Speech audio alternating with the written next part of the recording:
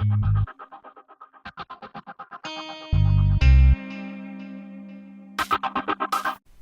guys, I'm Gaspargian, still, and this is what I consider the sort of brick wall when it comes to playing hard mode in Kerbal Space Program. Why is that? Well, if we look at the contracts we are offered, we still have that to do, we'll do that later. The progression contract we're offered is to do a flyby of the moon and return to Kerbin and all that. And that seems a tad steep right now, doesn't it? We just made orbit and then they ask us to go to the moon. Problem is, that leaves us like, how are we going to get more science? Because we need more science. We need more science to unlock new things. So that hard mode isn't as hard anymore. And every playthrough I get to this brick wall and I forget, like, how did I do it last time? And like, the basic thing you probably want to be looking into is airplanes. But the first thing we'll unlock for the space planes, well, airplanes, we won't be going to space with them, is probably this, so we get the Science Junior, so we actually have something to bring around with us and bring us a lot of science. And we'll bring a scientist on those flights, and I'll show you how to fly without stability assist. But so yeah, we get that, we get the materials bay, and let's just finish up that contract we had.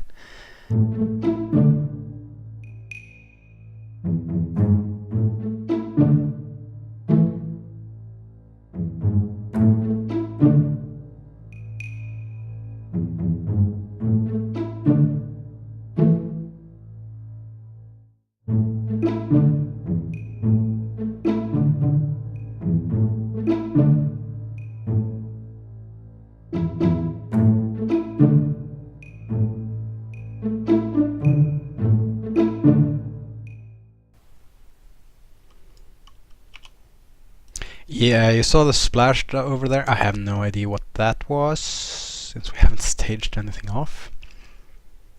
Anyways, we're going to observe this materials bay, more data, more good. We are splashed down. We took the crew report. We are also going to go on EVA report. We're going to take the data, EVA from Kerbin's water. Yeah, are we actually at Kerbin's water, or is this Kerbin's shores? That's the question. It's actually Kerbin's water, so that's entirely new information. That's good. So we take that, we board, and we recover the... No, wait, we have to stage first. So I don't forget the contract again. Good, yay. Recover that vessel, and recover the booster as well, with all the science. So that's a bit of science, and that's a bit more science, and that will give us stability. We still need about 32.5 science to get aviation. So how do we do that easily? We go to the spaceplane hangar, we do the usual, I don't know what to call it.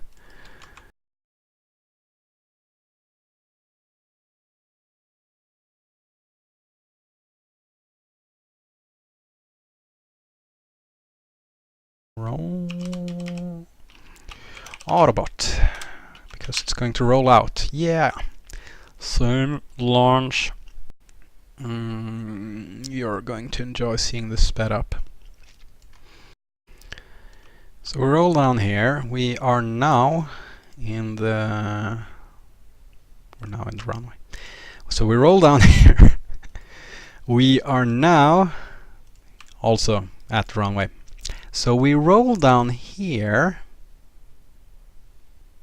Seriously, they have really extended. I assume it's because we have the level 1 runway and the others are wider. I don't know. So we roll down here. And we are at the KSC biome, the general KSC biome.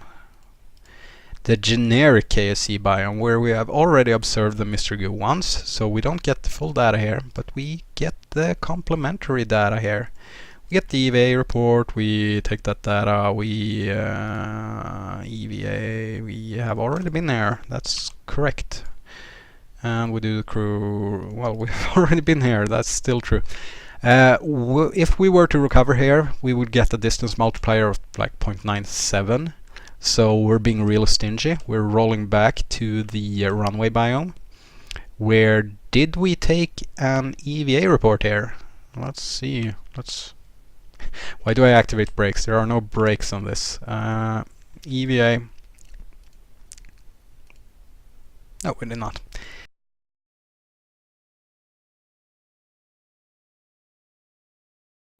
This is nice. If you didn't know, you can load spaceplane hangar ships in the VAB and vice versa.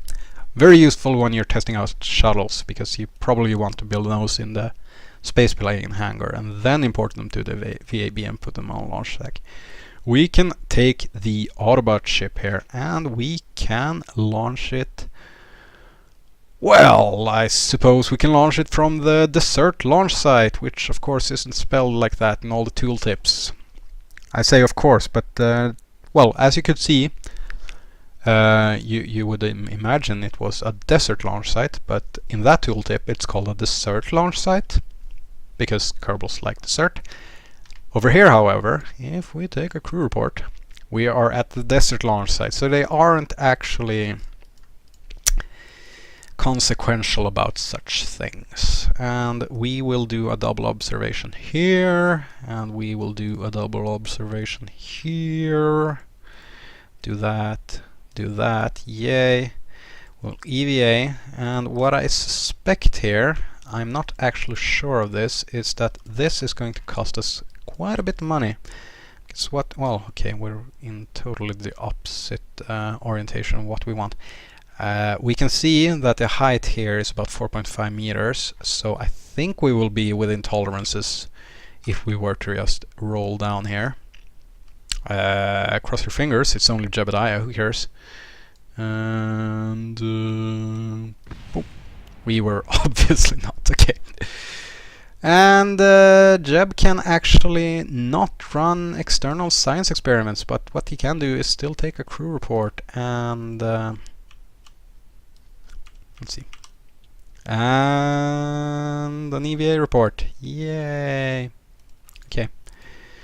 So board that and recover vessel. Now I assume, since we're far away from the actual Kerbal Space Center, that this will actually incur quite a loss for us. 5 experiments recovered. But yeah, you see, now we're 727 kilometers away from the KSC. So obviously we don't want to do that excessively.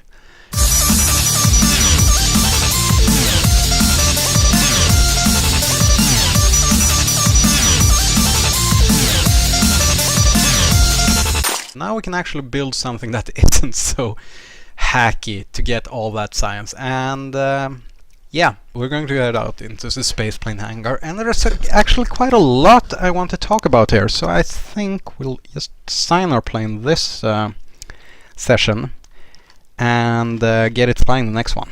That seems fine. So if you're not interested in plane building, I recommend you skip this session, and if you're not interested in plane flying either, well then there you go, 2 sessions skipped. What we're going to do here is, well, jet engines are very fuel efficient, so we're only going to need about 2 of these to get to wherever we want to go, which is probably not going to be very far because this first jet will not fly very fast. Anyways, our plan is to bring along a Science Junior, a Mr. Goo, make sure that everything attached is flush with the airflow, which is going to be in that direction because we're an airplane, we're not a rocket this time. Electrical charge is completely wasted on an airplane. Why? Well, because these are going to generate all the electric charge we need for us. Well, I say completely wasted, that's not entirely true, but near enough. We're going to bring along a communitron so that our resettable experiments can be reset and broadcast easily. We're going to be in aerodynamics for the next bit, and the thing we want is, first of all, we want a tail connector, because otherwise our plane is going to look ridiculous. And the basic one we get is not the angled one. Okay, so that's fine. I don't care. And now we come to the difference between stability and control, and this is a control surface, which is different from a lifting surface. A control surface has a couple of properties a lifting surface don't. The thing they have in common is that they both apply a wing area, which gives you lift through an algorithm which we won't go into. Basically, more is better if you're trying to get a lot of lift at least. You have a couple of values here that are often overlooked. Control surface portion is 100% for this fin. It's not that for every fin. If you take like the delta wing, it has a control surface portion that's like 25% or something. What this means is that this needs way less deflection than the delta wing to actually deflect your craft as much. So this is an effective control surface. It has max deflection and it has an actuator speed. Certain advanced canards have a higher actuator speed. That means that they get to your control input faster than this one does. This is the only thing we have right now, so we'll have to deal with it. Actually, we have this one as well, so we can actually compare to it. This has lower max deflection, but it has a faster actuator speed, and you sort of want to pay attention to these values if your craft ends up flying inappropriately. We have the input actuations thingies. You want to have one actuation per control surface. Because if we had both pitch and yaw enabled for this, well, we would pitch up initially, and then when we wanted to turn, well, we would input some roll control here, and that would eat into our pitch. Remember, if both of these are used to keep our pitch level, if one of them suddenly turns down, well, that would change our pitch, and our plane would go all over the place. I can probably show you that in flight, and but basically we only want pitch control from that. We probably want a tail fin as well, a tail rudder, as the boys with know-how would call them. That will only control yaw. It won't control roll, or it won't control pitch, and we will probably never use that because yaw is like the worst direction to turn your craft. Anyways, yaw is the radial of plane directions, I guess. We'll go for the swept wings because the other ones look terrible, especially if you are limited on your part count. Remember, we can only use 30 parts, and we're going to be very pressed for that. And this is looking like a fairly snazzy aircraft. Now, where to put the engines? Well, if you were an amateur in plane looks, you would probably put the engine flush and it would look terrible. And I have done so many times myself, so don't feel bad about yourself for doing so. What we will do is to put them on the wings, and usually under the wings. Now, it's important to note for wings and other sort of oddly shaped surfaces is that if you are in snap mode, which doesn't actually show any pop-up for that, if you are in snap mode, your attachment will follow the mesh of the wing. And this can be useful in some circumstances, but it can be downright deadly for something like landing gear, and we're going to place landing gear later on. So if you feel like it's offset in a weird way, remember to toggle snap mode with the C key. Anyways, we're going to put them sort of like here, and they should be fairly aligned with our prograde direction. We're going to put them under the wings like so.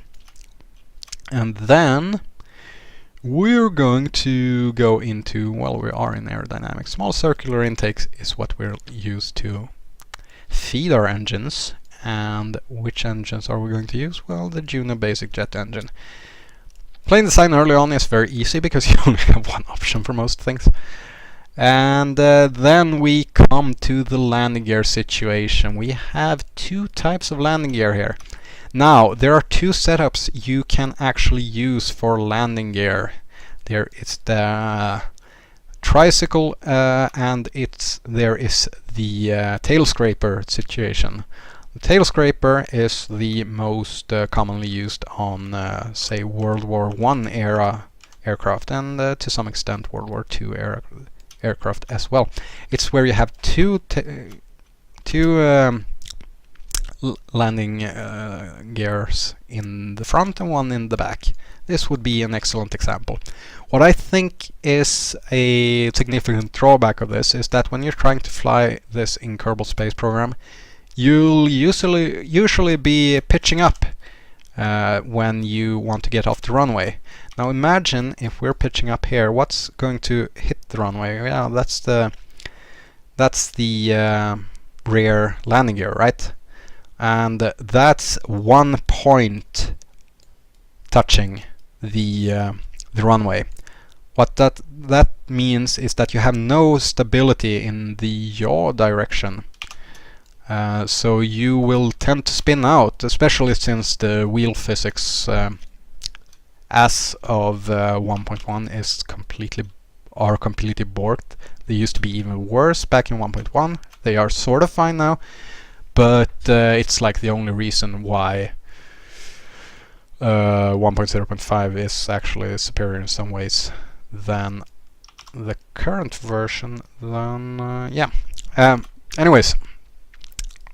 So, the version I prefer is what is called this tricycle arrangement, and you can sort of see why that is, because trike would have one wheel in the front and two in the back, and that gives you 2 points touching the ground when you're trying to take off and are pitching up. You can imagine a pitch up maneuver like that. What you have to be mindful though about is that if you place these too far back, let's like place them over there, I don't know, okay, we can't really offset them way much, but fairly much. Remember, our center mass is over there, so when we put them way back here, we probably want these a bit more forward. If we put them way back here, you can sort of imagine that the plane is going to pivot around the point of ground contact. And where is it going? Well, what are we trying to raise? Well, we're trying to raise the entire plane body, and the entire plane body has its center of mass over here. So we need to like lift it. You can sort of imagine us pushing it up here around. It pivots around this point. And if we had placed them like way back here, we would have to like push it up with all the force, all the weight of the aircraft. We would have to push it up with a force of like 35 kilonewtons. So that would require a lot of lift, a lot of deflection. But this is like a seesaw, so we can place these a bit more forwards, and you can imagine pushing it up here. Like it's going to be way easier to push it this last little bit until it's way like right on top of this. So the closer you place these to your center of mass, the easier it's going to be to take off. And like that's the number one issue I think a lot of people have with planes, is having difficulty taking off. Now number two thing we have to consider is, of course, our center mass versus center of lift. And what you can see here is that our center of lift is way back. And this will mean, again, remember our discussions on stability versus control. This will mean that we're very stable, but we're going to need a lot of control deflection to actually change our direction. If we want an easily controllable craft, this is not how it's supposed to look like. What can we do about that? Well, first of all, we can move some mass further back. So I'll take these engines and I'll sort of put them all the way back here, because the engines are going to be like our main source of mass. Of course, now they aren't like aligned with our prograde, so we are going to get some cosine losses here, because these will be thrusting sort of sideways, but that thrust will cancel out, and that's going to be, well, a reduction in efficiency. So what we do is go into absolute mode and grab that once, and look, now they are flush with our prograde. Full efficiency on these. Great. We place them way back because obviously our center of lift is otherwise going to be way forwards, and that's, as I said, not necessarily a good idea. And then we place our control surfaces here, and we can also adjust our wings, I suppose, a bit forwards as well.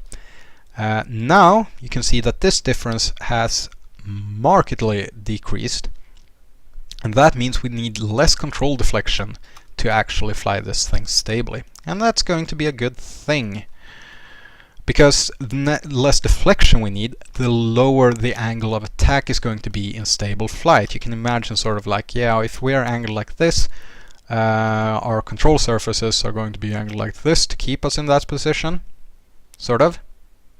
I hope that makes sense. And you can see sort of like, yeah, if this is our angle of attack, every angle, every degree of deflection we're doing here is going to increase our drag. And this drag is way more severe in stock than it is in, say, Ferrum Aerospace or real life. So you want to lower that as much as possible, which is like the second bonus you are going to get by placing our center of lift close to our center of mass. Not only do we get more control, but we also get a faster aircraft because we're going to incur lower drag. So that's great. That's something we want. Of course, it's going to look a bit wonky because we don't really have the parts we want. What we can see here is that that is also a bit off, so we'll fix that. Now our center of mass is over there, so yeah, we don't really have a good place to place these wheels anymore. We're going to put them at like the ends of these, I suppose. And these are going... It's very important to align your wheels properly, because if they are offset, then that's going to make you spin out instantly. And place them just behind the center of mass here. And I really hate these starting and landing gear. They give me so much trouble. And but we don't really have an option right now. So we have our science, and we also need a few more control surfaces, because we have pitch, we have yaw, we don't have roll, so we want roll control as well. Now you need way less roll control than you need of the other stuff. So a good idea is to place your roll control surfaces sort of in line with the center of mass as much as possible. But of course you want them to be at maximum distance from the center as well, so you get the maximum input for the lowest deflection. Makes you more aerodynamic. If you place them too far back, you're also going to incur some pitch and yaw, sort of. You're going to have secondary actions from your control input, and you want to separate them as much as possible, which is why we only allow that to control roll. So this episode got way long, way too quickly. We're going to take this out to the runway next episode. Until then, I'm Gaspatchin, and I am a plane builder.